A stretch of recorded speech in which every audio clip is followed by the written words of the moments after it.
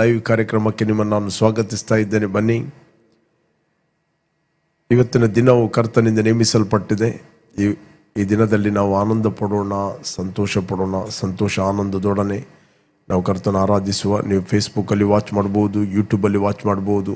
ಯಾರು ನೀವು first time ಯೂಟ್ಯೂಬಲ್ಲಿ ವೀಕ್ಷಿಸ್ತಾ ಇದ್ದೀರಿ, ನಮ್ಮ ಚಾನಲನ್ನು ಶೇರ್ ಮಾಡೋದವರು ನೀವು ಶೇರ್ ಮಾಡಿರಿ. ನೆಕ್ಸ್ಟ್ ನಾವು ಲೈವ್ ಬರುವಾಗ ನಿಮಗೆ ನೋಟಿಫಿಕೇಷನ್ ಬರ್ತದೆ. ಸಬ್ಸ್ಕ್ರೈಬ್ ಮಾಡಿದವರು ಸಬ್ಸ್ಕ್ರೈಬ್ ಮಾಡಿರಿ. ಎಸ್, ನಾವು ನೆಕ್ಸ್ಟ್ ಲೈವ್ ಬರುವಾಗ ಅಥವಾ ಮೆಸೇಜಸ್ಗಳನ್ನು ಅಪ್ಲೋಡ್ ಮಾಡುವಾಗ ನಿಮಗೆ ನೋಟಿಫಿಕೇಷನ್ ಬರ್ತದೆ. ಯೂಟ್ಯೂಬ್ ಮೂಲಕ ಕೂಡ ನೀವು ಶೇರ್ ಮಾಡ್ಬೋದು. ಓಕೆ, ಈ ಸಂಜೆ ವೇಳೆಯಲ್ಲಿ ನಾವೆಲ್ಲರೂ ಒಟ್ಟಾಗಿ ಕರ್ತನ ಆರಾಧಿಸುವ ಮತ್ತು ನಾವು ದೇವರ ವಾಕ್ಯವನ್ನು ಧ್ಯಾನ ಮಾಡುವ. Let us worship god with our spirit. ನಮ್ಮೊಟ್ಟಿಗೆ ಸಿಸ್ಟರ್ ರೋಶ್ನಿ ಇದ್ದಾರೆ, ಅವರು ನಮ್ಮನ್ನು ಆರಾಧನೆ ನಡೆಸ್ತಾರೆ. ನಾವು ಒಟ್ಟಾಗಿ ಕರ್ತನ ಆರಾಧನೆ ಮಾಡುವ. S. Oh glory, thank you Jesus. Oh, we praise you Father. Oh glory, glory, glory Lord. ಪ್ರೀತಿಸುವಂತ ನಮ್ಮ ಕರ್ತನ ಸ್ತೋತ್ರ.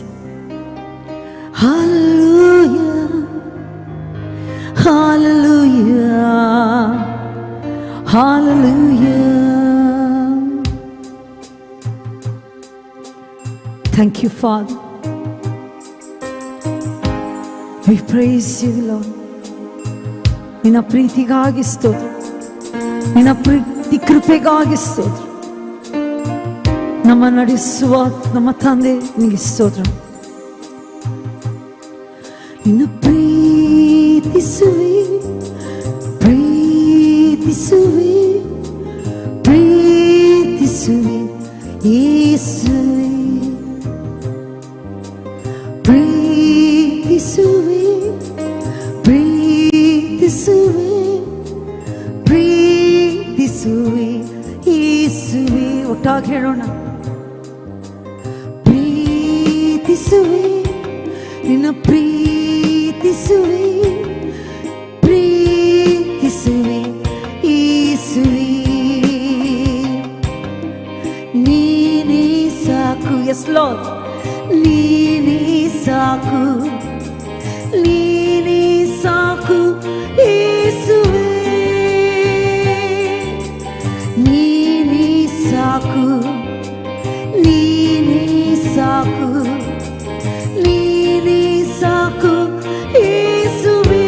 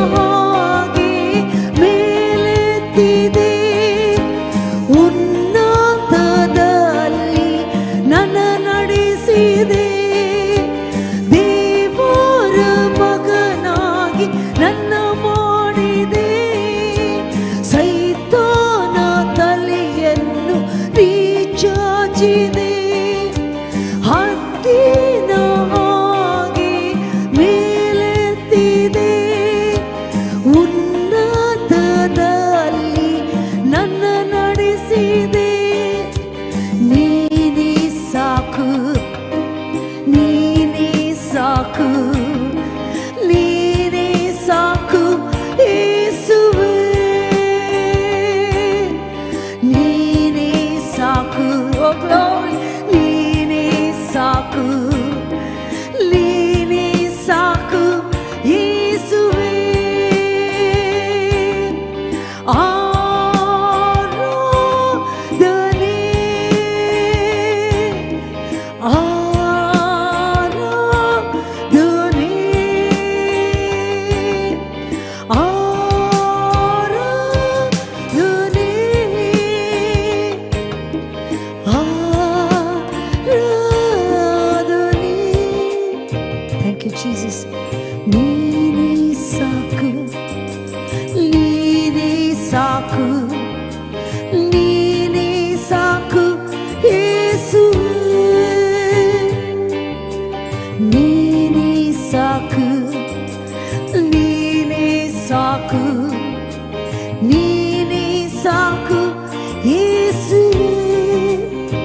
ಯೇಸು, ನಮ್ಮ ಯೇಸು ಮಾರ್ಪಾಡದವನು. ಎಂದಿಗೂ ನಿನ್ನೆ ಇದ್ದ ಹಾಗೆ ಇವತ್ತು ಎಂದೆಂದಿಗೂ ಅದೇ ರೀತಿಯಾಗಿ ಇರುವ ನಮ್ಮ ಕರ್ತನು ಎಲ್ಲಾ ಸಮಯದಲ್ಲಿ ನಮ್ಮನ್ನು ಒಂದೇ ರೀತಿಯಾಗಿ ಪ್ರೀತಿಸುವಂತ ನಮ್ಮ ಮಾರ್ಪಾಡದ ನಮ್ಮ ತಂದೆ ಆತನು. Thank you lord. ಮಾರ್ಪಾಡನು, ಮಾರ್ಪಾಡನು ನನ್ನ ಯೇಸು, ಮಾರ್ಪಾಡನು ಯೇಸು, ಮಾರ್ಪಾಡನು. ಎಸ್, ಮಾರ್ಪಾಡನು, ಮಾರ್ಪಾಡನು. Thank you lord. ಮಾರ್ಪಾಡನು. ಆದ್ರಿಂದ ಹೇಳೋಣ, ಥ್ಯಾಂಕ್ ಯು ಜೀಸಸ್.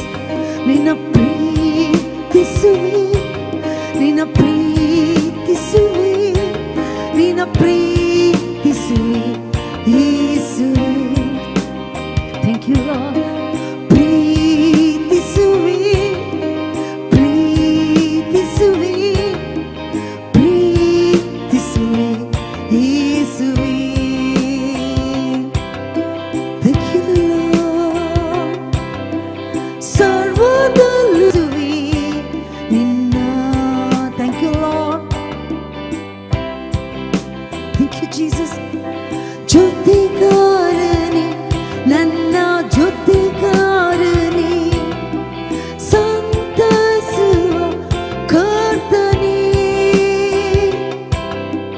ಜೊತೆಗಾರನೇ, ನನ್ನ ಜೊತೆಗಾರನೇ, ಸಂತೈಸುವ ಕರ್ತನೇ.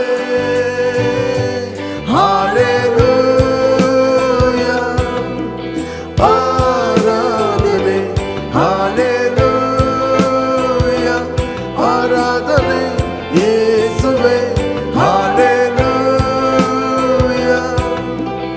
ಆರಾಧನೆ, ಹಾಲೆಲೂಯಾ, ಆರಾಧನೆ ಯೇಸುವೇ.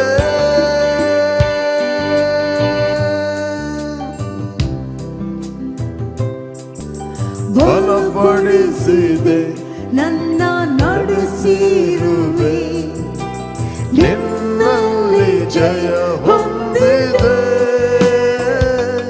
ಹಾಲೆಲೂಯಾ, ಆರಾಧನೆ, ಹಾಲೆಲೂಯಾ, ಆರಾಧನೆ ಯೇಸುವೇ. ಹಾಲೆಲೂಯಾ,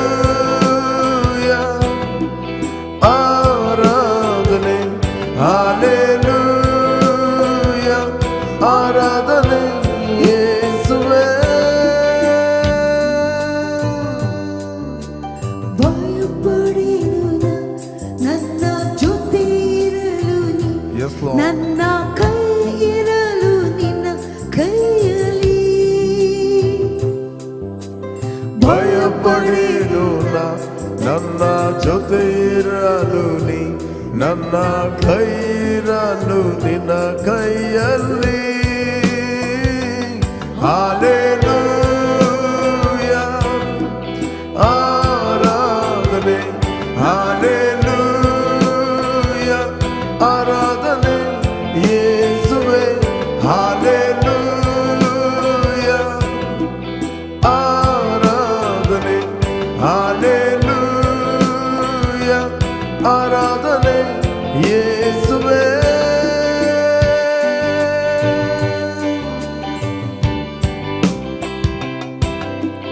ನನ್ನಲ್ಲಿ ನೀನು ನೆಲೆಗೊಂಡಿರುವೆ, ನಿನ್ನಲ್ಲಿ ಇದ್ದು ನಾ ನಡೆಯುವೆ.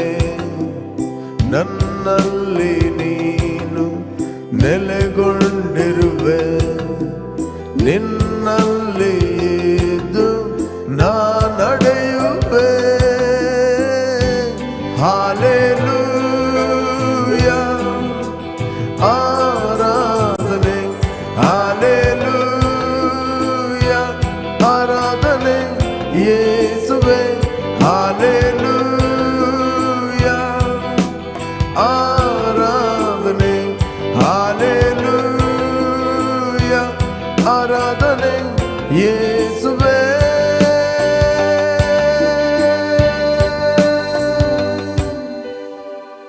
ಜೊತೆಗಾರನೇ ನನ್ನ ಜೊತೆಗಾರನೇ ಸಂತೈಸುವ ಕರ್ತನೇ ಜೊತೆಗಾರನೇ ನನ್ನ ಜೊತೆಗಾರನೇ ಸಂತೈಸುವ ಕರ್ತನೇ ಹಾಲೆಲೂಯಾ ಆರಾಧನೆ ಹಾಲೆಲೂಯಾ ಆರಾಧನೆ ಯೇಸುವೇ hallelujah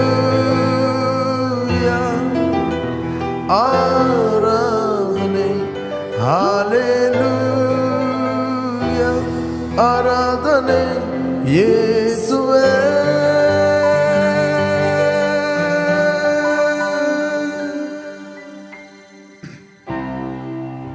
thank you lord your presence.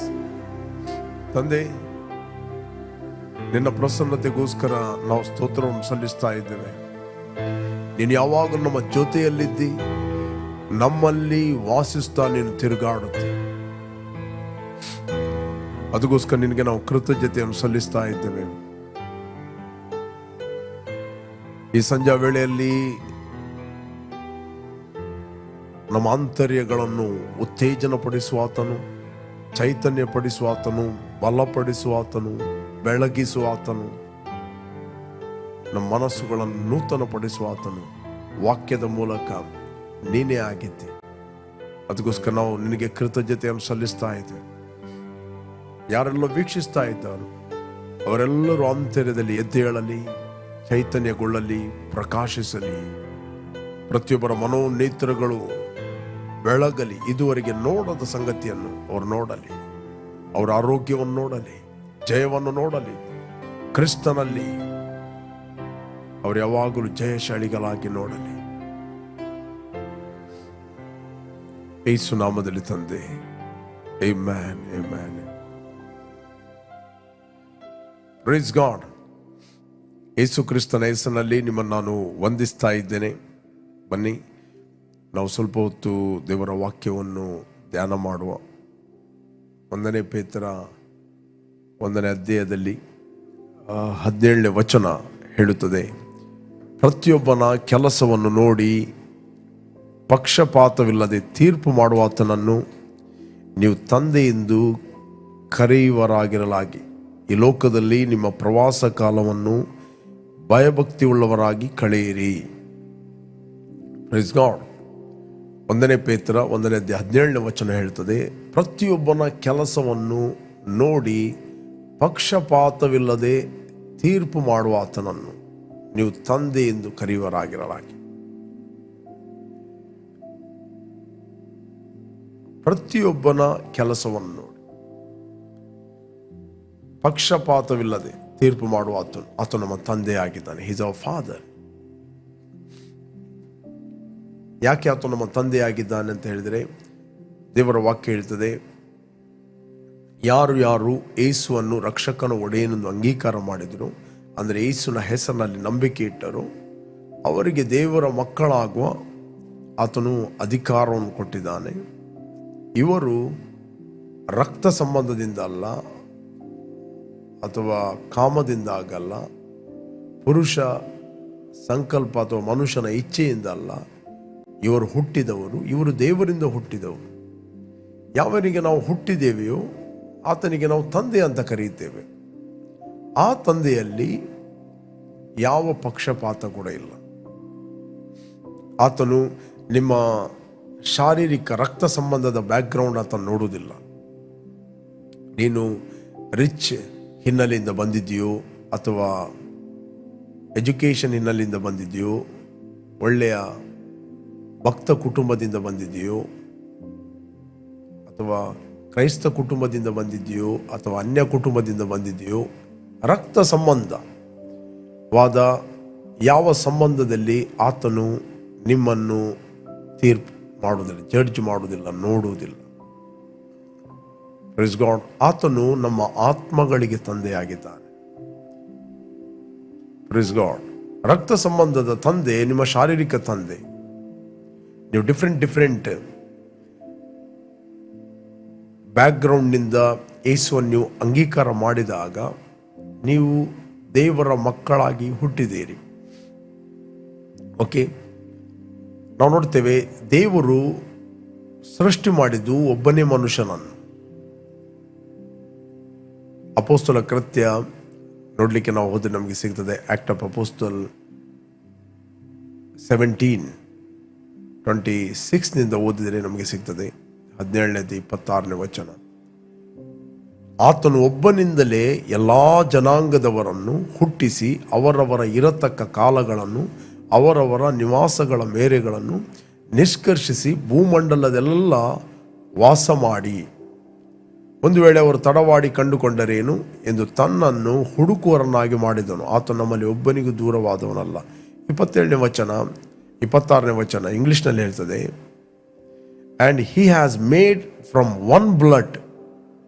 C, Bible ಹೇಳ್ತದೆ, and he has made from one blood, ಒಂದು ರಕ್ತದಿಂದ, one blood every nation. Nation ಅಂತ ಹೇಳಿದ್ರೆ ದ ಗ್ರೂಪ್ ಆಫ್ ಪೀಪಲ್, ಜನಾಂಗ. Okay, nations of man to dwell on all the face of the earth and has determined their pre-appointed times and the boundaries of their dwelling. ಅಂದರೆ ಅವರ ಕಾಲಗಳನ್ನು, ನೀನು ಯಾವ ಕಾಲದಲ್ಲಿ ಹುಟ್ಟಬೇಕು, ಯಾವ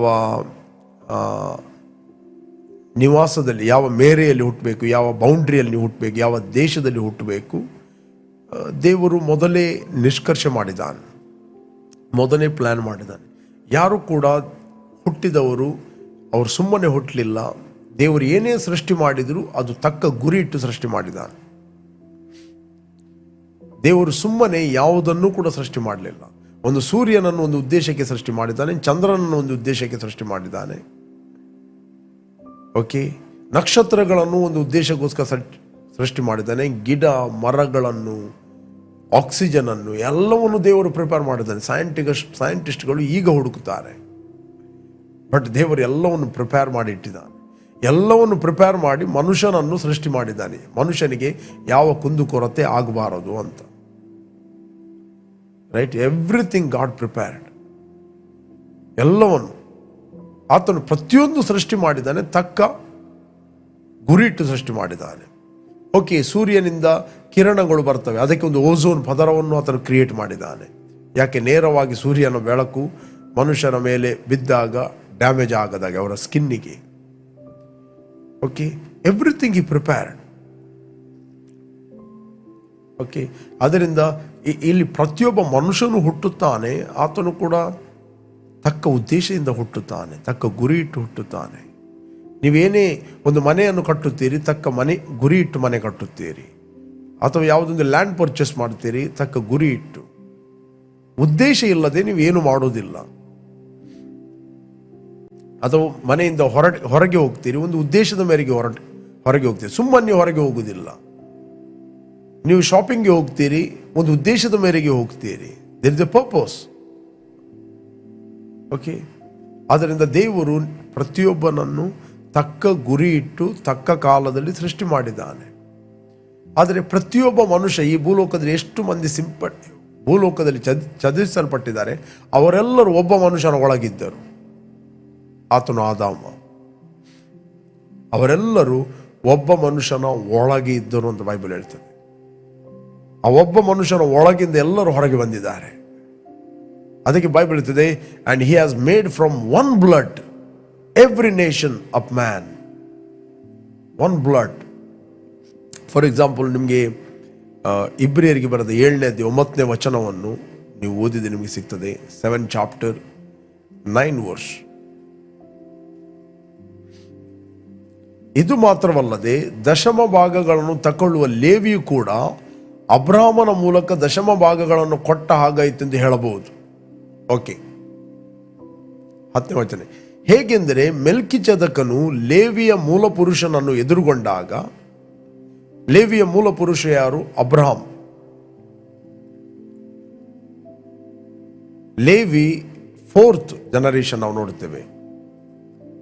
ಲೇವಿಯ ತಂದೆ ಯಾಕೋಬ, ಯಾಕೋಬನ ತಂದೆ ಈಸಾಕ, ಈಸಾಕನ ತಂದೆ ಅಬ್ರಹಾಮ, ಅಂದರೆ ಮೂಲ ಪುರುಷ. ಹೇಗೆಂದರೆ ಮೆಲ್ಕಿಜೆದೆಕನು ಲೇವಿಯ ಮೂಲ ಪುರುಷನನ್ನು ಎದುರುಗೊಂಡಾಗ ಲೇವಿಯು ತತ್ವರೂಪವಾಗಿ ಇವನ ಒಳಗಿದ್ದನು. ನಾವು ನೋಡ್ತೇವೆ. ಯಾರ ಒಳಗಿದ್ದನು? ಅಬ್ರಹಾಮನ ಒಳಗಿದ್ದನು. Okay, next. ಓಕೆ, 7ನೇ ವಚನ ಹೇಳು. ಹೇಗೆಂದರೆ ಮೆಲ್ಕಿಜೆದೆಕನು ಲೇವಿಯ ಮೂಲ ಪುರುಷನ ಎದುರುಗೊಂಡಾಗ ಲೇವಿಯು ತತ್ವರೂಪವಾಗಿ ಇವನ ಒಳಗೆ ಇದ್ದನು ಅಂತ ದೇವರ ವಾಕ್ಯ ಹೇಳಿದೆ. ನಾವೆಲ್ಲರೂ ಒಂದು ಬ್ಲಡ್ಡಿನಿಂದ ನಾವು ಹುಟ್ಟಿದ್ದೇವೆ, ಒಂದೇ ರಕ್ತದಿಂದ. ಅದಕ್ಕೋಸ್ಕರ ನೀವು ಎಲ್ಲಿ ಕೂಡ ಮೆಡಿಕಲ್ ಹಾಸ್ಪಿಟಲ್ಗೆ ಹೋದರೆ ಅಲ್ಲಿರುವುದು 4 ಗುಂಪುಗಳು ರಕ್ತದ್ದು. A positive, B positive, O positive, O negative, A B positive, 4 ಗುಂಪುಗಳು ನಾವು ನೋಡ್ತೇವೆ. ಅದು ಯಾರದ್ದು ಅಂತ ಗೊತ್ತಾಗುವುದಿಲ್ಲ. ಬ್ಲಡ್ ಅಲ್ಲಿ ಕೂಡ ಬರೆಯಲ್ಪಡಲಿಲ್ಲ ಇದು ಮುಸ್ಲಿಂ ಬ್ಲಡ್, ಇದು ಕ್ರೈಸ್ತರ ಬ್ಲಡ್ ರಕ್ತ, ಇದು ಯಾವುದೊಂದು ಉನ್ನತ ಜಾತಿಯವರದ್ದು ರಕ್ತ, ಏನು ಬರೆಯಲ್ಪಡಲಿಲ್ಲ. ಹಾಸ್ಪಿಟ್ಲಿಗೆ ಹೋದಾಗ ಯಾರು ನೋಡುವುದಿಲ್ಲ. ಕೆಲವೊಮ್ಮೆ ಗೊತ್ತಾಗುವುದಿಲ್ಲ, ನೆರೆ ಮನೆಯವರದ್ದು ಬ್ಲಡ್ ಇರ್ಬೋದು, ಹೊರಗಿನಿಂದ ಹೋರಾಟ ಮಾಡ್ತಾ ಇರ್ತಾರೆ, ರೈಟ್? ಬ್ಲಡ್ ಅವರದ್ದೇ ಬ್ಲಡ್ ಒಳಗಿಂದ ಒಳಗೆ ಹರಿತಾ ಇರ್ತದೆ. ಬ್ಲಡ್ ಬ್ಯಾಂಕಲ್ಲಿ ಯಾರದ್ದು ಬ್ಲಡ್ ಅಂತ ಗುರ್ತಿರುವುದಿಲ್ಲ, ಯಾಕಂದ್ರೆ ನೆರೆ ಮನೆಯವನು ಪಕ್ಕ ವೈರಿ, ಬಟ್ ಅವನು ಬ್ಲಡ್ ಕೊಟ್ಟು ಬರ್ತಾನೆ ಬ್ಲಡ್ ಬ್ಯಾಂಕಿಗೆ, ರೈಟ್? ಅದರಿಂದ ಮನೋಸ್ಥಿತಿ ಮನುಷ್ಯನದ್ದು. ಓಕೆ, ಒಬ್ಬ ಮನುಷ್ಯನ ಮೂಲಕ ಎಲ್ಲ ಜನಾಂಗಗಳು ಅವರವರು ಇರತಕ್ಕ ಕಾಲಗಳನ್ನು ದೇವರು ಮೊದಲೇ ನಿಷ್ಕರ್ಷೆ ಮಾಡಿದ್ದಾನೆ. ಈಗ ನಾವು ದೇವರಿಗೆ ಹುಟ್ಟಿದ್ದೇವೆ. ನಾವು ಹುಟ್ಟಿದ್ದು ರಕ್ತ ಸಂಬಂಧದಿಂದ ಅಲ್ಲ, ಅಂದರೆ ಶರೀರ ಸಂಬಂಧ, ಆದಾಮನ ಸಂಬಂಧದಿಂದ ಅಲ್ಲ. ನಾವು ಓದುವ 1ನೇ ಅಧ್ಯಾಯ 12ನೇ ವಚನ ಯೋಹಾನ ಸುವಾರ್ತೆಯಲ್ಲಿ, gospel of John 1 chapter 12 verse. ಯಾರು ಆತನನ್ನು ಅಂಗೀಕರಿಸ್ತಾರೋ, ಅಂದರೆ ಆತನ ಹೆಸರಿನಲ್ಲಿ ನಂಬಿಕೆ ಇಟ್ಟರೋ ಅವರಿಗೆ ದೇವರ ಮಕ್ಕಳಾಗುವ ಅಧಿಕಾರ ಕೊಟ್ಟನು. ಇವರು ರಕ್ತ ಸಂಬಂಧದಿಂದಾಗಲಿ ಕಾಮದಿಂದಾಗಲಿ ಪುರುಷ ಸಂಕಲ್ಪದಿಂದಾಗಲಿ ಹುಟ್ಟಿದವರಲ್ಲ, ಇವರು ದೇವರಿಂದಲೇ ಹುಟ್ಟಿದವರು. ದೇವರು ಯಾರು? ದೇವರು ಆತ್ಮಸ್ವರೂಪಿ. ಆತನು ಆತ್ಮಸ್ವರೂಪಿಯಾಗಿದ್ದಾನೆ. ಆತನು ಆತ್ಮಗಳಿಗೆ ತಂದೆಯಾಗಿದ್ದಾನೆ. ಆತ್ಮದಲ್ಲಿ ನಾವು ಒಂದೇ ತಂದೆಗೆ ನಾವು ಹುಟ್ಟಿದ ಕಾರಣ ಆತ್ಮದಲ್ಲಿ ಯಾವ ವ್ಯತ್ಯಾಸ ಕೂಡ ಇಲ್ಲ. ದೇವರು ಯಾರನ್ನು ಕೂಡ ಪಕ್ಷಪಾತಿಯಾಗಿ ನೋಡುವುದಿಲ್ಲ. ನೀನು ಹೇಗೆ ದೇವರ ವಾಕ್ಯವನ್ನು ಕೇಳ್ತಿ, ಹೇಗೆ ನೀನು ಡೆವಲಪ್ ಆಗ್ತಿ, ಅದನ್ನೇ ದೇವರು ಪ್ರತಿಯೊಬ್ಬನಲ್ಲಿ ಎದುರು ನೋಡ್ತಾ ಇದ್ದಾನೆ. ಯಾಕಂದರೆ ಯಾರು ಕೂಡ ಹೊಗಳಿಕೊಳ್ಳಿಕ್ಕೆ ಆಗುವುದಿಲ್ಲ. ಎಲ್ಲರಿಗೂ ಕೊಟ್ಟದ್ದು same spirit of faith and same holy spirit. But up to you how to develop your inner man. ನಾವು ಇನ್ನೊಂದು ವಚನವನ್ನು ನಾವು ನೋಡ್ಲಿಕ್ಕೆ ಹೋದ್ರೆ ನಮಗೆ ಸಿಗ್ತದೆ. ಪ್ರಕಟಣೆ ಗ್ರಂಥ 5ನೇ ಅಧ್ಯಾಯ 9ನೇ ವಚನದಿಂದ 9-10. ಅವರು ಹೊಸ ಹಾಡನ್ನು ಹಾಡುತ್ತಾ, ನೀನು ಸುರುಳಿಯನ್ನು ತೆಗೆದುಕೊಂಡು ಅದರ ಮುದ್ರೆಗಳನ್ನು ಒಡೆಯುವುದಕ್ಕೆ ಯೋಗ್ಯನೇ. ನೀನು ಯಜ್ಞಾರ್ಪಿತನಾಗಿ ನಿನ್ನ ರಕ್ತದಿಂದ, ಅಂದರೆ ಯೇಸುವಿನ ರಕ್ತದಿಂದ ಸಕಲ ಕುಲ, ಭಾಷೆ, ಪ್ರಜೆ, ಜನಾಂಗಗಳವರಿಂದ ಮನುಷ್ಯರನ್ನು ದೇವರಿಗಾಗಿ ಕೊಂಡುಕೊಂಡಿ. ಓಕೆ, 9ನೇ ವಚನ ನಾನು ಪುನಃ ಓದ್ತೇನೆ. ನೀನು ಯಜ್ಞಾರ್ಪಿತನಾಗಿ, ಅಂದರೆ ಕಲ್ವಾರಿ ಕ್ರೂಜೆಯಲ್ಲಿ ನಿನ್ನ ದೇಹವನ್ನು ಯಜ್ಞವಾಗಿ ಕೊಟ್ಟು ನಮ್ಮ ಪಾಪಗಳಿಗೋಸ್ಕರ. ಆದಾಮನ ಸಂಬಂಧದಿಂದ ಯಾರು ಹುಟ್ಟುತ್ತಾರೋ ಅವರು ರಕ್ತ ಸಂಬಂಧದಿಂದ ಅವರು ಪಾಪಿಗಳು. ಓಕೆ, ಆ ಪಾಪಗೋಸ್ಕರ ಯೇಸು ಕ್ರಿಸ್ತನು ತನ್ನ ರಕ್ತವನ್ನು ಕೊಟ್ಟನು. ಆತನು 2ನೇ ಆದಾಮನಾಗಿ, ಅಂದರೆ ಕೊನೆಯ ಆದಾಮನಾಗಿ ಈ ಭೂಲೋಕಕ್ಕೆ ಬಂದ. ಓಕೆ, ನೀನು ಯಜ್ಞಾರ್ಪಿತನಾಗಿ ನಿನ್ನ ರಕ್ತದಿಂದ ಸಕಲ ಕುಲ, ಭೂಲೋಕದಲ್ಲಿ ಸಕಲ ಕುಲ, ಭಾಷೆ, ಪ್ರಜೆ, ಜನಾಂಗಗಳವರಿಂದ. ಫಸ್ಟ್ ಏನು ಇತ್ತು? ಫಸ್ಟ್ ನಾವು ನೋಡ್ತೇವೆ, ಒಬ್ಬ ಮನುಷ್ಯನಿಂದ ಒಂದು ರಕ್ತದಿಂದ ಎಲ್ಲ ಜನಾಂಗದವರು. ಇಲ್ಲಿ ಜನಾಂಗ ಲಾಸ್ಟ್ ಬರ್ತಾ ಇದೆ, ಯಾಕಂದರೆ ಈ ಜನಾಂಗಗಳು, ಪ್ರಜೆಗಳು, ಭಾಷೆ, ಕುಲವಾಗಿ ಮಾರ್ಪಟ್ಟಿದೆ. ಓಕೆ, ಪುನಃ ರಿಟರ್ನ್ ಬರುವಾಗ ಪ್ರತಿಯೊಂದು ಕುಲ, ಪ್ರತಿಯೊಂದು ಭಾಷೆ, ಪ್ರತಿಯೊಂದು ಪ್ರಜೆ, ಪ್ರತಿಯೊಂದು ಜನಾಂಗದವರಿಂದ ಮನುಷ್ಯರನ್ನು, ಕ್ರೈಸ್ತರನ್ನು ಅಂತ ಹೇಳಲಿಲ್ಲ, ಮನುಷ್ಯರನ್ನು ದೇವರಿಗಾಗಿ ಕೊಂಡುಕೊಂಡಿ. ಅಂದರೆ ನಾನು ಮತ್ತು ನೀನು ಯೇಸು ಕ್ರಿಸ್ತನ ರಕ್ತದಿಂದ ಕ್ರಯಕ್ಕೆ ಕೊಳ್ಳಲ್ಪಟ್ಟವರು. ನಿನ್ನ ರಕ್ತದಿಂದ ಅವರನ್ನು ದೇವರಿಗಾಗಿ ಕೊಂಡುಕೊಂಡಿ. ಯೇಸು ಕ್ರಿಸ್ತನು ನನ್ನನ್ನು, ನಿನ್ನನ್ನು ದೇವರಿಗಾಗಿ ಪರ್ಚೇಸ್ ಮಾಡಿದ್ದಾನೆ. ತನ್ನ ಬ್ಲಡ್ಡನ್ನು ಕೊಟ್ಟು ಆತನು ತೆಗೆದುಕೊಂಡಿದ್ದಾನೆ. Value of one soul, the value of the blood of Jesus. ಆತನ ಪ್ರಾಣದ ಬೆಲೆ ಒಂದು ಆತ್ಮದ ಬೆಲೆ ಆಗಿದೆ. ಯಾಕಂದ್ರೆ ತನ್ನ ಪ್ರಾಣವನ್ನು ಕೊಟ್ಟು ಒಬ್ಬ ವ್ಯಕ್ತಿಯನ್ನು ಆತನು ಕೊಂಡುಕೊಂಡಿದ್ದಾನೆ. ಕೆಲವರು ಹೇಳ್ತಾರೆ, ಅದು ಹೇಗೆ ಪ್ರಾಣದ ಬೆಲೆ, ಯೇಸು ಕ್ರಿಸ್ತನ ರಕ್ತದ ಬೆಲೆ? ಸಿಂಪಲ್, ಅಲ್ಲಿಯೇ ಬರೆಯಲ್ಪಟ್ಟಿದೆ. ಓಕೆ, ನೀವು ಯಾವುದೇ ಒಂದು ವಸ್ತುವನ್ನು ತೆಗೆದುಕೊಂಡಾಗ ನೀವು ಸಿಂಪಲ್ ಆಗಿ ಕೇಳಿದ್ರೆ, ಇದಕ್ಕೆ ಎಷ್ಟು ಕೊಟ್ಟಿದ್ದೀರಿ? ಇದಕ್ಕೆ 1 ಲಕ್ಷ ಕೊಟ್ಟಿದ್ದೀರಿ. ಇದರ ಬೆಲೆ ಎಷ್ಟು? 1 ಲಕ್ಷ. ಆದರೆ ಒಂದು ಆತ್ಮ ರಕ್ಷಣೆ ಹೊಂದಲಿಕ್ಕೆ ಮನುಷ್ಯನ, ಬೈಬಲ್ ಹೇಳ್ತದೆ, ಎಷ್ಟು ಹಣ ಕೊಟ್ಟರೂ ಆಗೋದಿಲ್ಲ. ಮರಣವನ್ನು ತಪ್ಪಿಸಲು ಎಷ್ಟು ಹಣ ಕೊಟ್ಟರೂ ಅದು ಅಸಾಧ್ಯ. ನಿನ್ನನ್ನು ದೇವರು ಹಣ ಕೊಟ್ಟು, ಕ್ರಯ ಕೊಟ್ಟು ಅಲ್ಲ, ತನ್ನ ಪ್ರಾಣವನ್ನು ಕೊಟ್ಟು ನನ್ನನ್ನು ಪರ್ಚೇಸ್ ಮಾಡಿದ್ದಾನೆ. ದೇವರಿಗೆ ಗೊತ್ತುಂಟು ಒಂದು ಆತ್ಮದ ಬೆಲೆ ಏನು ಅಂತ. ದೇವರಿಗಾಗಿ ಕೊಂಡುಕೊಂಡಿ ಅಂತ ಬೈಬಲ್ ಹೇಳ್ತದೆ. ಓದುವ ನಾವು 1 ಪೇತ್ರ 1ನೇ ಅಧ್ಯಾಯ 17ನೇ ವಚನ. ಪ್ರತಿಯೊಬ್ಬನ ಕೆಲಸವನ್ನು ನೋಡಿ ಪಕ್ಷಪಾತವಿಲ್ಲದೆ ತೀರ್ಪು ಮಾಡುವ ಆತನನ್ನು ನೀವು ತಂದೆ ಎಂದು ಕರೆಯುವರಾಗಿರಲಾಗಿ, ಈ ಲೋಕದಲ್ಲಿ ನಿಮ್ಮ ಪ್ರವಾಸ ಕಾಲವನ್ನು ಭಯಭಕ್ತಿ ಉಳ್ಳವರಾಗಿ ಕಳೆಯಿರಿ. ಈ ಲೋಕದಲ್ಲಿ ನಾವು ಪ್ರವಾಸಿಗಳಾಗಿದ್ದೇವೆ. ನಾವು ಈ ಲೋಕದಲ್ಲಿ ಇದ್ದರೂ ನಾವು ಲೋಕದವರಲ್ಲ, ನಾವು ಪರಲೋಕ ಸಂಸ್ಥಾನದವರು. We are born of God. Okay, ಇಲ್ಲಿ ನಾವು ಪ್ರವಾಸಿಗಳಾಗಿದ್ದೇವೆ. ಇಲ್ಲಿ ನಾವು ಒಬ್ಬ ಪ್ರವಾಸಕ್ಕೆ ಹೋದವನು ಯಾವಾಗಲೂ ತನ್ನ ಕಂಟ್ರಿಯ ಬಗ್ಗೆ ಅವನು ಕಾನ್ಷಿಯಸ್ ಅಲ್ಲಿರ್ತಾನೆ. ಯಾಕಂದರೆ ನಾನು ಇಲ್ಲಿ 10 ದಿನಕ್ಕ, 1 ವರ್ಷಕ್ಕ, 15 ದಿನಕ್ಕ ನಾನು ಬಂದಿದ್ದೇನೆ. ಅವನ ಮನಸ್ಸು ಯಾವಾಗಲೂ ಯಾವ ಕಂಟ್ರಿಯಿಂದ ಆತನು ಪ್ರವಾಸಕ್ಕೆ ಹೋಗಿದ್ದಾನೆ ಆ ಕಂಟ್ರಿಯ ಮೇಲೆ ಮನಸ್ಸಿರುತ್ತದೆ. ಕೆಲವರು ಪ್ರವಾಸಕ್ಕೆ ಹೋದವರು ಓಡಿ ಹೋಗ್ತಾರೆ, ಅಲ್ಲೇ ಎಲ್ಲಿಯಾದರೂ ಜಾಯಿನ್ ಆಗ್ತಾರೆ ಕೆಲಸಕ್ಕೆ, ಮತ್ತು ಅಲ್ಲಿಯವರಾಗಿ ಬಿಡ್ತಾರೆ. ಕೆಲವಕ್ಕೆ ಪ್ರವಾಸಕ್ಕೆ ಅಮೆರಿಕಕ್ಕೆ ಹೋಗ್ತಾರೆ, ಮತ್ತೊಂದು ಕೆಲವು ಕಂಟ್ರಿಗಳಿಗೆ, UK ಹೋಗ್ತಾರೆ, ಮತ್ತು ಅಲ್ಲಿ ಎಲ್ಲಿಯಾದರೂ ಓಡಿ ಹೋಗಿ ಮತ್ತೆ ಅಲ್ಲಿಯವರು ಹೇಗಾದರೂ ಮಾಡಿ ಲೀಗಲ್ ಮಾಡಿ ಅಲ್ಲಿಯವರಾಗಿ ಬಿಡ್ತಾರೆ. ಇಲ್ಲಿ ಕೆಲವರು ಏನಾಗ್ತದೆ, ಪ್ರಾಪಂಚಿಕರಾಗಿ ಬಿಡ್ತಾರೆ. ಬೈಬಲ್ ಹೇಳ್ತದೆ, ಪ್ರತಿಯೊಬ್ಬನ ಕೆಲಸವನ್ನು ನೋಡಿ ಪಕ್ಷಪಾತವಿಲ್ಲದೆ ತೀರ್ಪು ಮಾಡುವ ಆತನು ನೀವು ತಂದೆ ಎಂದು ಕರೆಯುವರಾಗಿರಲಾಗಿ, ಈ ಲೋಕದಲ್ಲಿ ನಿಮ್ಮ ಪ್ರವಾಸ ಕಾಲವನ್ನು ಭಯಭಕ್ತಿ ಉಳ್ಳವರಾಗಿ ಕಳೆಯಿರಿ. That means always be in conscious. I am in this world, I am not belong to this world, I belong to God, I belong to heaven. Praise God. ಈ ಲೋಕದಲ್ಲಿ ನಾನು ಪ್ರವಾಸಿಯಾಗಿದ್ದೇನೆ. ಈ ದೇಹ ಎಂಬುದು ನಮ್ಮ ಪ್ರವಾಸದ ಮನೆ. ಓಕೆ, ಮುಂದೆ ಓದುವ ನಾವು. ಮುಂದೆ ಹೋಗುದು 18ನೇ ವಚನ. ನಿಮ್ಮ ಹಿರಿಯರು ಕಲಿಸಿಕೊಟ್ಟ ವ್ಯರ್ಥವಾದ ನಡವಳಿಕೆಯಿಂದ ನಿಮಗೆ ಬಿಡುಗಡೆ ಆದದ್ದು ಬೆಳ್ಳಿ ಬಂಗಾರ ಮೊದಲಾದ ನಶಿಸಿ ಹೋಗುವ ವಸ್ತುಗಳಿಂದ ಅಲ್ಲ. ಇವತ್ತು ನಮಗೆ ಬಿಡುಗಡೆ ಆದದ್ದು ಎಷ್ಟೇ ಹಣ ಕೊಟ್ಟು, ಬೆಳ್ಳಿ ಕೊಟ್ಟು, ಬಂಗಾರ ಕೊಟ್ಟು, ಲ್ಯಾಂಡ್ ಕೊಟ್ಟು ನಮ್ಮನ್ನು ಬಿಡುಗಡೆ ಮಾಡಲಿಲ್ಲ. ಯೇಸು ಕ್ರಿಸ್ತನು ತನ್ನ ಪ್ರಾಣವನ್ನು ಕೊಟ್ಟು, ತನ್ನ ರಕ್ತವನ್ನು ಕೊಟ್ಟು ನಮ್ಮನ್ನು ಆತನು ಬಿಡುಗಡೆ ಮಾಡಿದ. ನಿಷ್ಕಳಂಕವಾದ ರಕ್ತ, ಅಮೂಲ್ಯವಾದ ರಕ್ತ, ಕ್ರಿಸ್ತನ ರಕ್ತ. ನಿಮ್ಮ ಹಿರಿಯರು ನಿಮಗೆ ಕಲಿಸಿದ ವ್ಯರ್ಥವಾದ ನಡವಳಿಕೆಯಿಂದ ನಿಮಗೆ ಬಿಡುಗಡೆ ಮಾಡಲ್ಪಟ್ಟಿದೆ. You are free. ನೀವು ವಿಮೋಚಿಸಲ್ಪಟ್ಟಿದ್ದೀರಿ. knowing that you are not redeemed with the corruptible things like silver or gold from your aimless conduct received by tradition from your fathers. Aimless ಅಂದರೆ ಗುರಿಯೇ ಇಲ್ಲ, ರೈಟ್?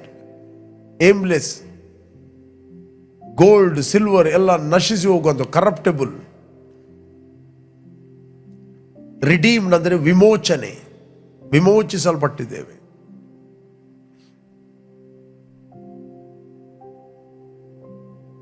ಹಳೆ ಒಡಂಬಡಿಕೆಯಲ್ಲಿ ನಾವು ನೋಡ್ತೇವೆ, ಒಬ್ಬನು ಕುರಿ ಕೊಡ್ತೇನಂತ ದೇವರಿಗೆ ಹರಕೆ ಹಾಕಿದರೆ ಆ ಕುರಿಯನ್ನು ಅವನು ಕೊಡಬೇಕು. ದೇವರಿಗೆ ಆ ಕುರಿಯನ್ನು ಅವನು ಕೊಡಬೇಕು. ಇಲ್ಲ, ಈ ಕುರಿ ನನಗೆ ಬೇಕು ಅಂತ ಹೇಳಿದ್ರೆ ಅವನಿಗೆ ಒಂದು ಆಪ್ಷನ್ ಕೊಡಲ್ಪಟ್ಟಿತ್ತು, ವಿಮೋಚನೆ ಮಾಡಲಿಕ್ಕೆ. ರಿಡಂಪ್ಷನ್ ಅಂತ ಹೇಳ್ತಾರೆ. ವಿಮೋಚನೆ ಅಂದರೆ ಅದಕ್ಕೆ ಬದಲು ಏನಾದರೂ ಕೊಡಬೇಕು. ಹೇಗೆ ಅದನ್ನು ವಿಮೋಚನೆ ಮಾಡುವುದಂತ ಹೇಳಿದರೆ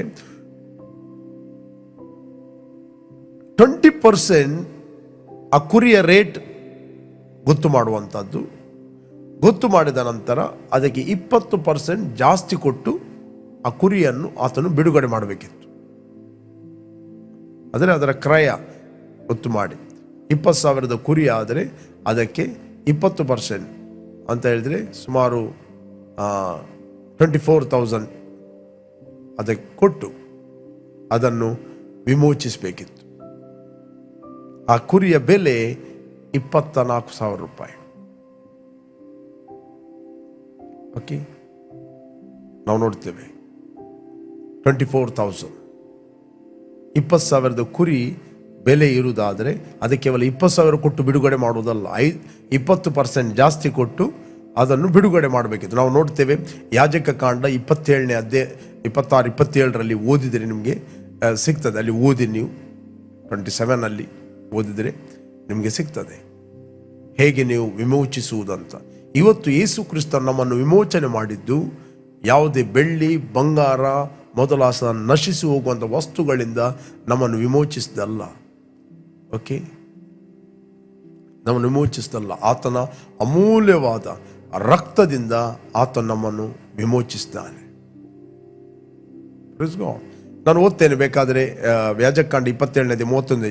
ಯಾವನಾದರೂ ತಾನು ಕೊಡಬೇಕಾದ 10ನೇ ಪಾಲಿನಲ್ಲಿ ಏನಾದರೂ ಬಿಡಿಸಿಕೊಳ್ಳಬೇಕೆಂದಿದ್ದರೆ ಅಷ್ಟರೊಡನೆ 5ನೇ ಭಾಗವನ್ನು ಹೆಚ್ಚಾಗಿ ಕೊಡಬೇಕು. 5ನೇ ಭಾಗವನ್ನು ಹೆಚ್ಚಾಗಿ ಕೊಡಬೇಕು. ನೋಡಿ, ಡಿಫ್ರೆಂಟ್ ಅಲ್ಲಿ ನಾವು ವಿಮೋಚನೆಗಳನ್ನು ಅಲ್ಲಿ ನಾವು ನೋಡ್ತೇವೆ. 27ನೇ ಅಧ್ಯಾಯದಲ್ಲಿ ಫುಲ್ 1ರಿಂದ ನೀವು ಓದಿದರೆ ನಿಮಗೆ ಸಿಗ್ತದೆ. ಓಕೆ, ದನಗಳಲ್ಲಿ ಆಗಲಿ ಕುರಿಗಳಲ್ಲಿ ಆಗಲಿ ಒಡೆಯನ್ನು ಲೆಕ್ಕಿಸಿದ ಎಲ್ಲ ಪಶುಗಳು ಪ್ರತಿ 10ನೇಯದು ಯೆಹೋವನಿಗೆ ಮೀಸಲಾಗಿರಬೇಕು. ನಾವು ನೋಡ್ತೇವೆ ಇಲ್ಲಿ ಮಾತಾಡುವುದೇನೆಂದರೆ ವಿಮೋಚನೆ. ಓಕೆ, ಹೇಗೆ ಅದನ್ನು ಬಿಡುಗಡೆ ಮಾಡುವುದು. ಇವತ್ತು ನಮಗೆ ಬಿಡುಗಡೆ ಮಾಡಿದ್ದು ಯಾವುದೇ ಬೆಳ್ಳಿ ಬಂಗಾರ ಮೊದಲಾದ ನಶಿಸಿ ಹೋಗುವಂಥ ವಸ್ತುಗಳಿಂದಲ್ಲ, ಯೇಸು ಕ್ರಿಸ್ತನ ಅಮೂಲ್ಯವಾದ ರಕ್ತದಿಂದ ನಮ್ಮನ್ನು ಬಿಡಿಸಿದ್ದಾನೆ. ನಾವು ವಿಮೋಚಿಸಲ್ಪಟ್ಟಿದ್ದೇವೆ. ನಾವು ದೇವರಿಗೆ ಫಲವಾಗಿದ್ದೇವೆ. ಈ ಭೂಲೋಕದಲ್ಲಿ ನಾವು ಪ್ರವಾಸಿಗಳಾಗಿದ್ದೇವೆ. ಆತನಲ್ಲಿ ಯಾವ ಪಕ್ಷಪಾತ ಇಲ್ಲ. He loves you so much. ನೀನು ಎಲ್ಲಿಂದ ವೀಕ್ಷಿಸ್ತಾ ಇದೆಯೋ, ನೀನು ಹೇಗಿದ್ದೀಯೋ, ನಿನ್ನನ್ನು ಹಾಗೆ ಆತನು ಪ್ರೀತಿ ಮಾಡುತ್ತಾನೆ. ನೀನು ಫಿಸಿಕಲಿ ರಕ್ತ ಸಂಬಂಧದಿಂದ ನೀನು ಶ್ರೀಮಂತನಾಗಿರ್ಬೋದು, ಬಡವನಾಗಿರ್ಬೋದು, ಬಟ್ ಆತ್ಮ ಸಂಬಂಧವಾಗಿ ನೀನು ಸಮೃದ್ಧಿಯಾದ ದೇವರಿಗೆ ಸಮೃದ್ಧಿಯಾದ ಮಗನಾಗಿ ನೀನು ಹುಟ್ಟಿದ್ದಿ. ಆತನ DNA ನಿನ್ನಲ್ಲಿ ವರ್ಗಾವಣೆ ಆಗಿದೆ.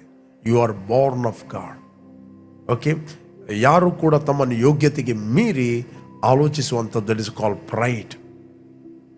ಓಕೆ, ಯಾರು ಕೂಡ ತಮ್ಮನ್ನು ಯೋಗ್ಯತೆಗೆ ಮೀರಿ ಆಲೋಚಿಸಲಿಕ್ಕೆ ಆಗುವುದಿಲ್ಲ. ನಾನು ದೊಡ್ಡ, ನೀನು ಶ್ರೇಷ್ಠ ಅಂತ ಇಲ್ಲ. ದೇವರ ದೃಷ್ಟಿಯಲ್ಲಿ ಪ್ರತಿಯೊಬ್ಬರು ಆತನ ಮಕ್ಕಳಾಗಿದ್ದಾರೆ. ಪ್ರತಿಯೊಬ್ಬರು ಸೇಮ್ ಬ್ಲಡ್ನಿಂದ ಪರ್ಚೇಸ್ ಮಾಡಲ್ಪಟ್ಟಿದ್ದಾರೆ. ಸೇಮ್ ರಕ್ತದಿಂದ ಕ್ರಯಕ್ಕೆ ಕೊಳ್ಳಲ್ಪಟ್ಟಿದ್ದಾರೆ, ವಿಮೋಚಿಸಲ್ಪಟ್ಟಿದ್ದಾರೆ. ನಾನು ಮತ್ತು ನೀನು ಆತನ ವಿಮೋಚನೆ ಆಗಿದ್ದೇವೆ. ಪ್ರೇರೆ, ಯಾವಾಗ ನೀವು ದೇವರ ಪ್ರೀತಿಯನ್ನು ಅರ್ಥ ಮಾಡಿಕೊಳ್ತೀರಿ, ನೀವು ಆತ್ಮಿಕವಾಗಿ ಬೆಳೆಯುತ್ತೀರಿ, ಪ್ರೋಗ್ರೆಸ್ ಆಗುತ್ತೀರಿ, ಫ್ರೂಟ್ಫುಲ್ ಆಗುತ್ತೀರಿ, ಪ್ರೊಡಕ್ಟಿವ್ ಆಗುತ್ತೀರಿ. ಮತ್ತು ನಿಮ್ಮ ಕಾನ್ಷಿಯಸ್ ಯಾವಾಗಲೂ ಸ್ಪಿರಿಚುವಲ್ ಕಾನ್ಷಿಯಸ್ ಆಗಿರುತ್ತದೆ. ಸ್ಪಿರಿಚುವಲ್ ಆತ್ಮಿಕ ಮನಸ್ಸು ಯಾವಾಗಲೂ ಜೀವ ಮತ್ತು ಮನಃಶಾಂತಿ. ಯಾವಾಗ ನೀವು ಪ್ರಾಪಂಚಿಕರಾಗಿ ಜೀವಿಸ್ತೀರಿ, ಅಂದರೆ ಕಾರ್ನಲ್ ಮೈಂಡ್ ಅಂತ ಹೇಳ್ತಾರೆ, ಸೆನ್ಸ್ ಡೊಮಿನೇಟೆಡ್ ಮೈಂಡ್, ಪ್ರಾಪಂಚಿಕರಾಗಿ ಜೀವಿಸ್ತೀರಿ, ಆಗ ನಿಮ್ಮಲ್ಲಿ ಇವನ್ ನೀವು ಪವಿತ್ರಾತ್ಮನಿಂದ ತುಂಬಲ್ಪಟ್ಟರು, ಬಾರ್ನ್ ಅಗೇನ್ ಆಗಿದ್ದರು, ನೀವು ಡಿಪ್ರೆಷನ್ಗೆ, ಒತ್ತಡಗಳಿಗೆ, ಅಥವಾ ಕೋಪಕ್ಕೆ, ರಿಜೆಕ್ಷನಿಗೆ ಒಳಗಾಗುತ್ತೀರಿ. ಇದನ್ನೆಲ್ಲ ನೀವು ಎದುರಿಸಬೇಕಂತ ಹೇಳಿದರೆ you must arise in the spirit. ನೀವು ಆತ್ಮಿಕವಾಗಿ ಏಳಬೇಕು, ಪ್ರೀತಿಯಲ್ಲಿ ಏಳಬೇಕು. ನಿದ್ರೆ ಮಾಡುವವನೇ ಏಳು, ಪ್ರಕಾಶಿಸು, ನಿನಗೆ ಬೆಳಕು ಬಂತು. ರೈಟ್? ನಿನ್ನ ಒಳಗೆ ಆ ಪ್ರಕಟಣೆ ಇದೆ, ನಿನ್ನ ಒಳಗೆ ಆ ಕ್ರಿಸ್ತನು ಇದ್ದಾನೆ, ನಿನ್ನ ಒಳಗಿನ ಮನುಷ್ಯನು ಆತನು ದೇವರ ಮಗನಾಗಿದ್ದಾನೆ, ನಿನ್ನ ಒಳಗಿನ ಮನುಷ್ಯನು ಈ ಭೂಲೋಕದವನಲ್ಲ, ಆತನು ಪರಲೋಕದವನಾಗಿದ್ದಾನೆ.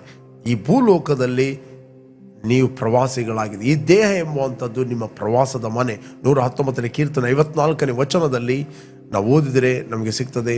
119:54, ನನ್ನ ಪ್ರವಾಸದ ಮನೆಯಲ್ಲಿ ನಿನ್ನ ನಿಬಂಧನೆಗಳು ನನಗೆ ಗಾಯನವಾದವು. Praise God. ನನ್ನ ಪ್ರವಾಸದ ಮನೆಯಲ್ಲಿ ನಿನ್ನ ನಿಬಂಧನೆಗಳು ನನಗೆ ಗಾಯನವಾದವು. ನಮ್ಮ ಪ್ರವಾಸದ ಮನೆ ಬೇರೆ ಯಾರಲ್ಲ, ನಮ್ಮ ಪ್ರವಾಸದ ಮನೆ ಈ ಶರೀರ. Praise God. ಬೇಕಾದ್ರೆ ಇನ್ನೊಂದು ಸ್ಕ್ರಿಪ್ಚರ್ ನಾನು ಓದ್ತೇನೆ. ಭೂಮಿಯ ಮೇಲಿರುವ ನಮ್ಮ ಮನೆ, 2 Corinthians 5:1 2 Corinthians 5:1. ಭೂಮಿಯ ಮೇಲಿರುವ ನಮ್ಮ ಮನೆಯು ಅಂದರೆ ನಮ್ಮ ದೇಹ ಎಂಬ ಗುಡಾರವು ಕಿತ್ತು ಹಾಕಲ್ಪಟ್ಟರೂ ದೇವರಿಂದ ಉಂಟಾದ ಒಂದು ಕಟ್ಟಡವು ಪರಲೋಕದಲ್ಲಿ ನಮಗುಂಟೆಂದು ಬಲ್ಲೆವು. ಅದು ಕೈಯಿಂದ ಕಟ್ಟಿದ ಮನೆಯಾಗಿರದೆ ನಿತ್ಯವಾಗಿರುವಂಥದ್ದಾಗಿದೆ. ಓಕೆ, ಅರ್ಥ್ಲಿ ಹೌಸ್ ಇದು ನಿಮ್ಮ ಶರೀರ. ಓಕೆ, ಇದು ನಿಮ್ಮ ಪ್ರವಾಸದ ಮನೆ. ಅದಕ್ಕೆ ಬೈಬಲ್ ಹೇಳ್ತಿದೆ, ನಿಮ್ಮ ಆತ್ಮದ ವಿರುದ್ಧವಾಗಿ ಯುದ್ಧ ಮಾಡುವ ಶರೀರದ ಅಭಿಲಾಷೆಗಳಿಗೆ ದೂರವಾಗಿರಿ. 1 Corinthians 2:11. 1 Peter. ಪ್ರಿಯರೇ, ಪ್ರವಾಸಿಗಳು ಪರದೇಶಸ್ಥರು ಆಗಿರುವ ನೀವು ನಿಮ್ಮ ಆತ್ಮದ ಮೇಲೆ ಯುದ್ಧ ಮಾಡುವ ಶಾರೀರಿಕ ಅಭಿಲಾಷೆಗಳಿಗೆ ದೂರವಾಗಿರಬೇಕೆಂದು ನಿಮ್ಮನ್ನು ಎಚ್ಚರಿಸ್ತೇನೆ. ನೆಕ್ಸ್ಟ್, ನಿಮ್ಮ ನಡವಳಿಕೆಯು ಅನ್ಯ ಜನರ ಮಧ್ಯದಲ್ಲಿ ಯೋಗ್ಯವಾಗಿರಲಿ. ಆಗ ಅವರು ಯಾವ ವಿಷಯದಲ್ಲಿ ನಿಮ್ಮನ್ನು ಅಕ್ರಮಗಾರರೆಂದು ನಿಂದಿಸ್ತಾರೋ ಆ ವಿಷಯದಲ್ಲಿ ನಿಮ್ಮ ಸತ್ಕ್ರಿಯೆಗಳನ್ನು ಕಣ್ಣಾರೆ ಕಂಡು ವಿಚಾರಣೆಯ ದಿನದಲ್ಲಿ ದೇವರನ್ನು ಕೊಂಡಾಡುವರು. 13ನೇ ವಚನ, ಮನುಷ್ಯರು ನೇಮಿಸಿರುವ ಯಾವ ಅಧಿಕಾರಕ್ಕಾದರೂ ಕರ್ತ ನಿಮಿತ್ತ ಅಧೀನರಾಗಿರಿ. ಅರಸನು ಸರ್ವಾಧಿಕಾರಿ ಅಂತಲೂ ಬೇರೆ ಅಧಿಪತಿಗಳು ಕೆಟ್ಟ ನಡತೆಯುಳ್ಳವರನ್ನು ದಂಡಿಸುವುದಕ್ಕೂ ಒಳ್ಳೆಯ ನಡತೆಯುಳ್ಳವರನ್ನು ಪ್ರೋತ್ಸಾಹಪಡಿಸುವುದಕ್ಕೂ ಅರಸನಿಂದ ಕಡಿಸಲ್ಪಟ್ಟವರೆಂತಲೂ ತಿಳಿದು ಅವರಿಗೆ ಅಧೀನರಾಗಿರಿ. ತಿಳಿಯದೆ ಮಾತಾಡುವ ಮೂಢ ಜನರ ಬಾಯನ್ನು ನೀವು ಒಳ್ಳೆಯ ನಡತೆಯಿಂದ ಕಟ್ಟಬೇಕೆಂದು ದೇವರ ಚಿತ್ತ. ಅಂದರೆ ಈ ಶರೀರದಲ್ಲಿ ಇರುವಾಗ ನಾವು ಹೇಗೆ ಬಿಹೇವ್ ಮಾಡಬೇಕು, ಇದು ನಮ್ಮ ಮನೆ. ಈ ಶರೀರದಲ್ಲಿರುವಾಗ ಮನುಷ್ಯರು ನೇಮಿಸಿರುವ ಪ್ರತಿಯೊಂದು ಅಧಿಕಾರಕ್ಕೆ ನೀವು ವಿಧೇಯರಾಗಿರಿ, ಹಾನರ್ ಮಾಡಿರಿ. ಓಕೆ, ಇಲ್ಲ ನಾವು ಆತ್ಮದಲ್ಲಿ ಇರುವಂಥದ್ದು, ನಮಗೆ ಏನು ಬೇಡ, ರೇಷನ್ ಕಾರ್ಡ್ ಬೇಡ, ಏನು ಬೇಡ, ಆಧಾರ್ ಕಾರ್ಡ್ ಏನು ಬೇಡ. ಈ ಸಿಸ್ಟಮಲ್ಲಿ ನೀವು ಫಂಕ್ಷನ್ ಆಗಬೇಕಾದ್ರೆ ಅದೆಲ್ಲ ಬೇಕು. ಬಟ್ ಒಂದು ಸಿಸ್ಟಮ್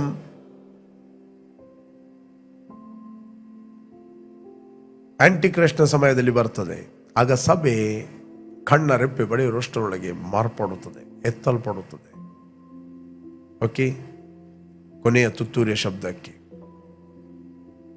ಬಟ್ ಪ್ರೇರೆ, ಈ ಲೋಕದಲ್ಲಿ ನಾವು ಪ್ರವಾಸಿಗಳು. ಇದು ನಮ್ಮ ಪ್ರವಾಸದ ಮನೆ. ನೀವು ಯಾರೆಲ್ಲ ವೀಕ್ಷಿಸ್ತಾ ಇದ್ದೀರಿ, ಇವತ್ತಿನವರೆಗೆ ನಿಮ್ಮ ಜೀವಿತವನ್ನು ನೀವು ಕಮಿಟ್ ಮಾಡಲಿಲ್ಲ, ಅಥವಾ ಯೇಸುವನ್ನು ನಿಮ್ಮ ರಕ್ಷಕರ ಒಡೆಯರಿಂದ ಅಂಗೀಕಾರ ಮಾಡಲಿಲ್ಲ, ನೀವು ಆತನು ನಿಮ್ಮ ಹೃದಯದಲ್ಲಿ ಕರೆಯಿರಿ. Will pray for you. ನಿಮಗೋಸ್ಕರ ನಾನು ಪ್ರಾರ್ಥನೆ ಮಾಡ್ತೇನೆ. ನೀವು ರಕ್ತ ಸಂಬಂಧದಿಂದ ಅಲ್ಲ, ದೇವರ ಸಂಬಂಧವಾಗಿ, ಆತ್ಮ ಸಂಬಂಧವಾಗಿ ನೀವು ಹುಟ್ಟುತ್ತೀರಿ. Praise God. ಯಾರು ಆತನ ಅಂಗೀಕಾರ ಮಾಡಿದರು, ಅಂದರೆ ಆತನ ಹೆಸರಿನಲ್ಲಿ ನಂಬಿಕೆ ಇಟ್ಟರು, ಅಂದರೆ ಯೇಸುವಿನ ಹೆಸರು ನಂಬಿಕೆ ಇಟ್ಟರು, ಅವರಿಗೆ ದೇವರ ಮಕ್ಕಳಾಗುವ ಅಧಿಕಾರ ಪಟ್ಟನು. Okay, let's pray. Thank you lord, thank you father. ಭೂಮಿ ಆಕಾಶಗಳನ್ನು ಉಂಟು ಮಾಡಿದ ಸರ್ವಶಕ್ತನಾದ ನನ್ನ ತಂದೆ, ನೀನು ನನ್ನ ಮೇಲೆ ಪ್ರೀತಿ ಮಾಡಿ ನಿನ್ನ ಒಬ್ಬನೇ ಮಗನಾದ ಯೇಸುವನ್ನು ನಮಗೋಸ್ಕರ ನೀನು ಕಳಿಸಿದಿ. ಆತ ನಮಗೋಸ್ಕರ ಕ್ರೂಜೆಯಲ್ಲಿ ಪ್ರಾಣವನ್ನು ಕೊಟ್ಟು ರಕ್ತವನ್ನು ಸುರಿಸಿ ಹೂಣಲ್ಪಟ್ಟು 3ನೇ ದಿನ ಪುನರುತ್ಥಾನನಾದನು. ನಾನು ನಂಬುತ್ತೇನೆ, ಆತನು ಸುರಿಸಿದ ರಕ್ತದ ಮೂಲಕ ನನ್ನ ಅಪರಾಧಗಳು ಪರಿಹಾರವಾಗಿ ನನಗೆ ಬಿಡುಗಡೆ ಆಯಿತು. ಅದು ಬಾಯಿಂದ ನಾನು ಅರಿಕೆ ಮಾಡುತ್ತೇನೆ, ಯೇಸುವೆ ನನ್ನ ಕರ್ತನೆಂದು. ನೀನು ವಾಗ್ದಾನ ಮಾಡಿದ ಪವಿತ್ರಾತ್ಮ ವರವನ್ನು ನಂಬಿಕೆಯ ಮೂಲಕ ನಾನು ಹೊಂದುತ್ತೇನೆ. I thank you lord your anointing. Thank you lord your grace and favour and protection of God. ತಂದೆ, ಪ್ರತಿಯೊಬ್ಬರ ಕೆಲಸವನ್ನು ನೋಡಿ ಪಕ್ಷಪಾತವಿಲ್ಲದೆ ತೀರ್ಪು ಮಾಡುವ ಆತನು ನಾವು ನಮ್ಮ ತಂದೆ ಎಂದು ಕರೀತಾ ಇದ್ದೇವೆ. We call father of God, ನಮ್ಮ ತಂದೆ ಅಂತ ನಾವು ಕರೀತಾ ಇದ್ದೇವೆ. We thank you Jesus, your grace, your anointing, your favour of God. ತಂದೆ, ನಮಗೆ ಬಿಡುಗಡೆ ಆದದ್ದು ನಶಿಸಿ ಹೋಗುವಂಥ ಬೆಳ್ಳಿ ಬಂಗಾರದಿಂದ ಅಲ್ಲ, ಕ್ರಿಸ್ತನ ಅಮೂಲ್ಯವಾದ ರಕ್ತದಿಂದ ನಾವು ವಿಮೋಚಿಸಲ್ಪಟ್ಟಿದ್ದೇವೆ. ನಾವು ಬಿಡುಗಡೆ ಹೊಂದಿದ್ದೇವೆ, ನಾವು ಫ್ರೀ ಆಗಿದ್ದೇವೆ. ಇನ್ ಜೀಸಸ್ ನೇಮ್, ಆಮೆನ್.